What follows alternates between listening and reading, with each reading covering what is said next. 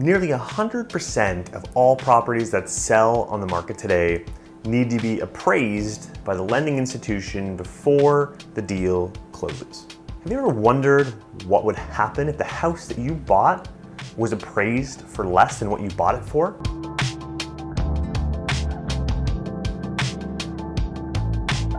This is a real thing. This actually happens, and it happens mostly when we end up in multiple offer situations. And it's where the highest probability of our buyers getting in financial trouble is. Let me relay a scenario. Suppose you buy a home for $500,000.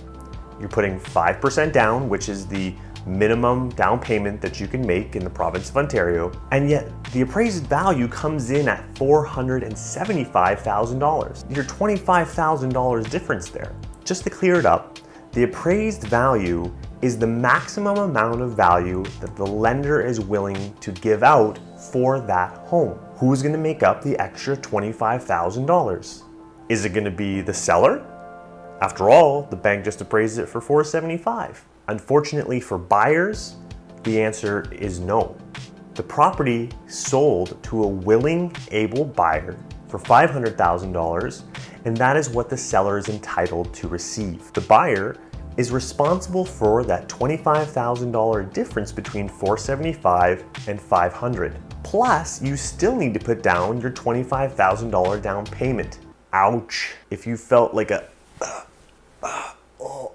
yeah, that's about right. Here are 3 things that you can do to almost eliminate that from happening. The first thing that you need to do is become educated about the value of the home before you put in your offer. How can you do that? You can hire a real estate agent. You can work along with your agent in determining what has recently sold in that area that compares to the property that you're purchasing. If it looks like it's in line price-wise with the homes in the area, the bank is unlikely to appraise the home low. So that's step number 1. Educate yourself on the value. The second thing is also really important. You need to take emotion out of the transaction. We get it. You go through a home, you fall in love with it, and you become emotionally involved with this house. You have to have it.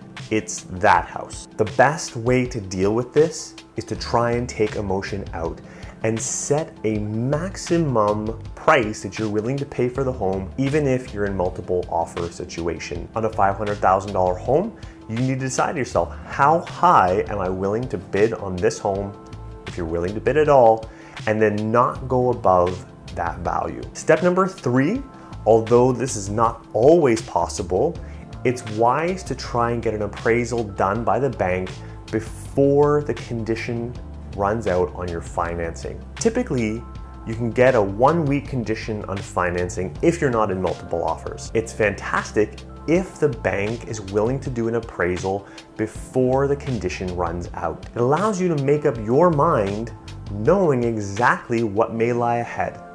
If you've bought that $500,000 house and it becomes appraised at $475,000 within your financing condition, you have options. You can walk away from the deal if you don't have the money to make it up, or you could ask the seller to renegotiate. You have options.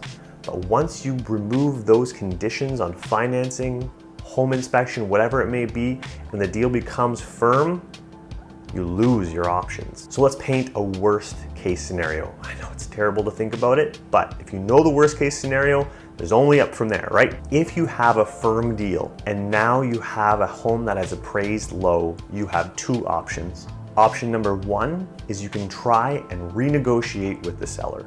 But keep in mind that the seller is not obligated to do so. If that fails, you have option number 2, which is just to find that extra money that you need to make up. In the rare case that it happens, be sure to approach your family and see if they're able to help you out in the bind that you're in. If you're like almost 99% of you out there who I'm sure don't like those 2 options, then make sure that you follow the first 3 steps that we just talked about literally 2 minutes ago.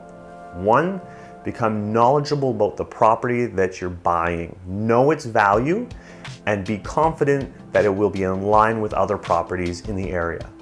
2, You got to take the emotion out of the transaction and have a set limit on what you're willing to pay for the home. And 3, try to get that appraisal done within the week of your financing condition.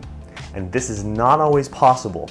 Banks seem to run on their own timeline, and they're not a fan of trying to be rushed in to do an appraisal. So I hope these tips have helped, and I really hope that none of you have experienced this problem, nor will do so in the future. If you have any other real estate questions or questions for me in general that you'd like answered, I'd be happy to do so. Feel free to send me a message, a direct message through Facebook or Instagram. Leave a question in the comments below, and we'll be happy to address that potentially in our next video. So if you liked this video, feel free to like that video, to click subscribe on our YouTube channel, or to follow us on Instagram as well. And stay tuned for more informative videos coming your way from the Brando Group. I'm Tyson Brando, signing off.